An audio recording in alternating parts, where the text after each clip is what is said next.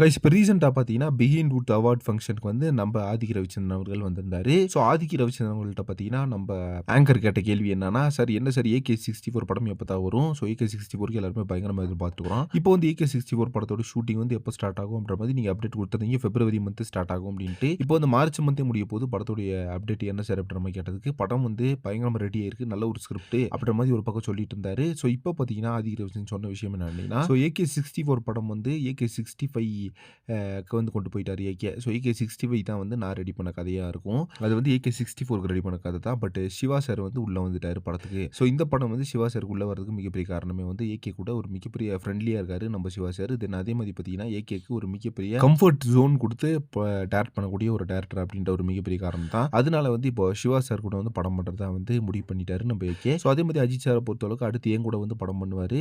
But Ajith sir வந்து என்ட்ட கால் பண்ணி பேசினாரு. அதுல என்ன சொன்னாருன்னா, நான் வந்து சிவா சார் கூட வந்து ஒரு படம் பண்ண போறேன். அதுவரைக்கும் உன்னோட ப்ராஜெக்ட்ட வந்து கொஞ்சம் தள்ளி வச்சா நல்லாருக்கும். ஸோ ஏன்னா, இப்ப சிவாக்கு வந்து ஒரு படம் எந்த படமுமே வந்து சிவாக்கு கிடைக்கிறதில்ல. ஸோ சிவாவ பொறுத்தவரைக்கும் இப்ப அந்த கேம்பாகோல ஆடா இருக்கட்டும், அந்த நோவா ரியல் எஸ்டேட் விளம்பரத்துக்கான ஆடா இருக்கட்டும், எல்லாம் பார்த்தீங்கன்னா, சிவா தான் ஷூட் பண்ணி குடுத்துருக்காரு. அந்த டைம்ல அத பார்த்தீங்கன்னா, சிவா சொல்லியிருக்காரு. எனக்கு வந்து கங்குவா படத்துக்கு அப்புறமா எந்த டைரக்டர்ஸ்ட்ட இருந்தும், எந்த புரொடக்ஷன் ஹவுஸ்ட்ட இருந்தும் காலே வரதில்ல அப்படின்ற மாரி சொன்னதுக்கு அப்புறமா, நம்ம ஏகே வந்து கவலைப்படாத சிவா, நம்ம வந்து கண்டிப்பா படம் பண்ணலாம் அப்படின்ற மாரி சிவாட்ட பேசியிருக்காரு.